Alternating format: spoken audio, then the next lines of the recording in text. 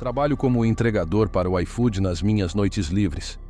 Essa é minha maneira de ganhar dinheiro extra sem comprometer-me com outro emprego mais rigoroso. Numa noite comecei por volta das 21 horas e aceitei gradualmente alguns pedidos até as 23 horas, quando as coisas ficaram mais calmas.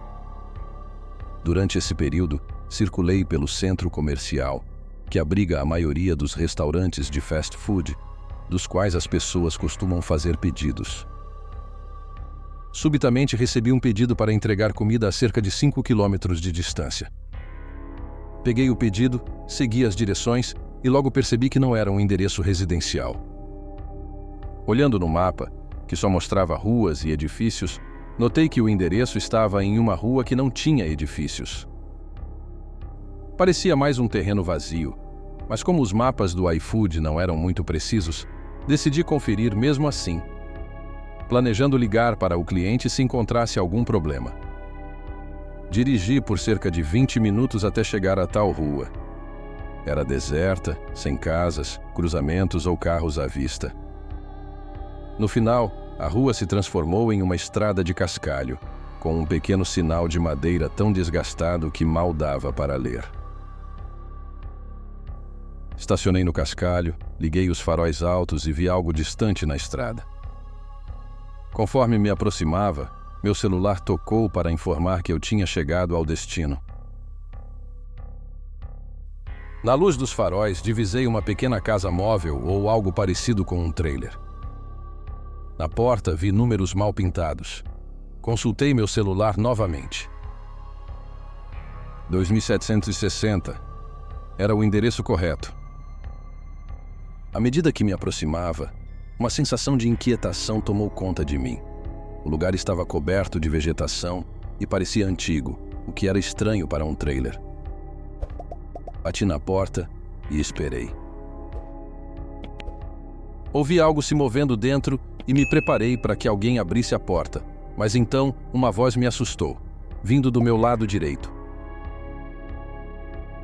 Olhei e vi um homem sorrindo para mim, parado no canto do trailer.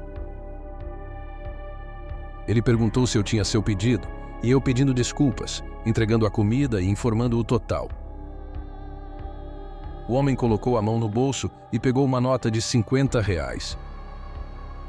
Depois sorriu novamente e disse que só precisava pegar o resto. Virou-se e caminhou de volta ao redor do trailer, enquanto eu permaneci onde estava. A interação não parece tão estranha quanto foi pessoalmente, mas havia algo muito errado com esse cara.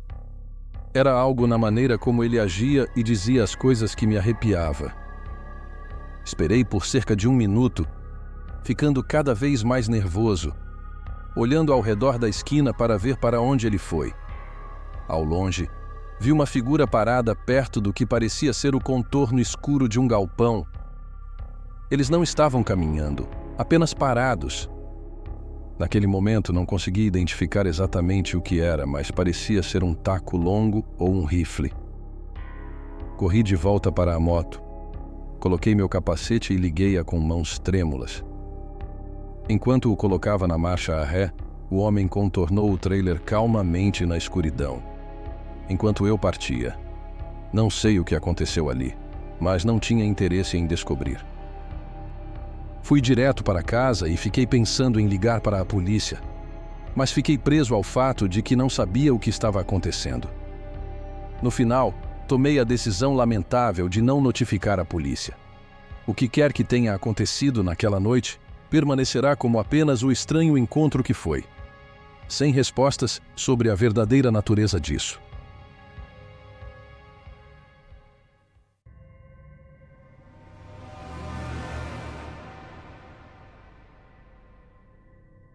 Há 10 anos, venho trabalhando em um cemitério.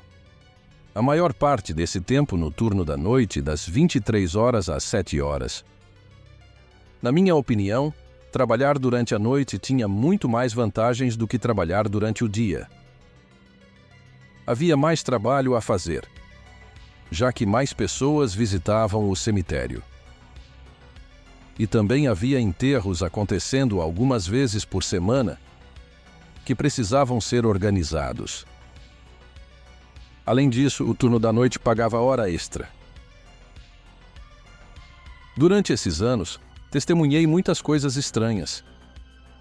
Embora na maioria das vezes fossem adolescentes, se divertindo ou grupos ocasionais de amigos bêbados, desafiando uns aos outros a caminhar pelo cemitério. No entanto, uma noite se destacou entre as outras. Cheguei ao pequeno prédio da equipe um pouco mais cedo para conversar com o trabalhador do turno da manhã. E assim que ele saiu, fiz todas as verificações e precauções normais no início do meu turno.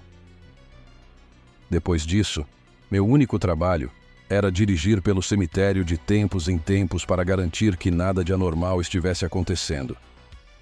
Essas situações eram relativamente raras, ocorrendo talvez uma vez por mês ou até menos. As primeiras horas da noite foram normais. Fiz várias rondas pelo cemitério e por volta das 2 horas da manhã, saí novamente para verificar a área. Quando cheguei ao extremo oposto, notei algo perto da cerca. Era uma figura escura e, devido à escuridão, não conseguia ver detalhes além da sua silhueta. Me aproximei de carro e percebi que era um homem do lado de fora da cerca, olhando na minha direção. Não queria confrontá-lo a menos que fosse necessário, então virei o carro e fiz um pequeno círculo pelo estacionamento, pensando que ele poderia tentar pular a cerca enquanto eu estava longe. No entanto, quando retornei após cerca de 30 segundos, ele havia desaparecido. Verifiquei brevemente a área para garantir que ele não tivesse entrado sorrateiramente, mas estava tudo vazio, então continuei com minha patrulha. Fazer uma ronda pelo cemitério levava cerca de 15 minutos, mas às vezes eu dirigia mais devagar apenas para passar o tempo. Fui até o final e decidi verificar o local onde tinha visto o homem anteriormente. Afinal, não havia nada melhor para fazer. Comecei a dirigir naquela direção e quase imediatamente avistei o homem novamente. Ele estava dentro do cemitério, parado no caminho de cascalho.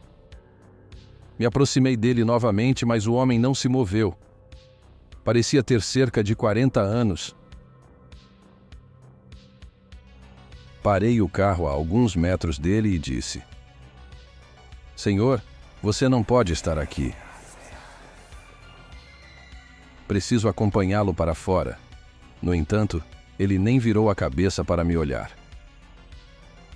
Após um breve momento, uma onda de medo leve passou por mim. "Senhor, preciso que venha comigo." Insisti, estendendo a mão suavemente para tocar em seu ombro. Assim que fiz isso, ele virou a cabeça para me olhar. Seus olhos estavam cheios de raiva. Recuei, e o homem virou as costas e começou a se afastar. Voltei ao meu carro de golfe, preparando-me para ligar para a polícia enquanto o observava se dirigir até a cerca e atravessá-la, continuando a caminhar. Fiquei aliviado, mas ainda aterrorizado. Dirigi direto de volta ao prédio da equipe e entrei. Era um pequeno prédio, mais do tipo de segurança, mas me senti muito mais seguro e calmo lá dentro. Sentei-me e recuperei o fôlego. Durante todos aqueles anos, nunca tinha ficado verdadeiramente assustado, pois normalmente eram apenas pessoas se divertindo. Mas isso era diferente. Esperei lá dentro por um tempo, não tenho certeza de quanto tempo, até ouvir uma batida na porta. Pulei da cadeira e olhei para a porta com medo. Alguns segundos depois, eles bateram novamente, dessa vez mais agressivamente. Não parecia ser alguém amigável. Não tinha para onde fugir. Peguei o telefone da mesa e liguei para a polícia. Não sabia o que eles queriam ou por que estavam lá, mas não ia arriscar descobrir. Após cerca de 3 minutos batendo na porta, finalmente os ouvi se afastando. Esperei até a polícia chegar antes de abrir a porta. No dia seguinte, meu gerente conseguiu recuperar as filmagens de segurança do prédio, O que vi foi aterrorizante. Poucos minutos depois de eu entrar no prédio, o homem que eu tinha visto no cemitério anteriormente se aproximou da porta.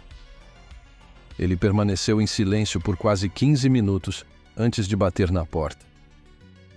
Ele também estava segurando algo em sua mão, mas as imagens não eram detalhadas o suficiente para identificar o objeto. O homem nunca foi identificado, mas eu ainda trabalho no mesmo emprego no cemitério e nunca o vi novamente desde então.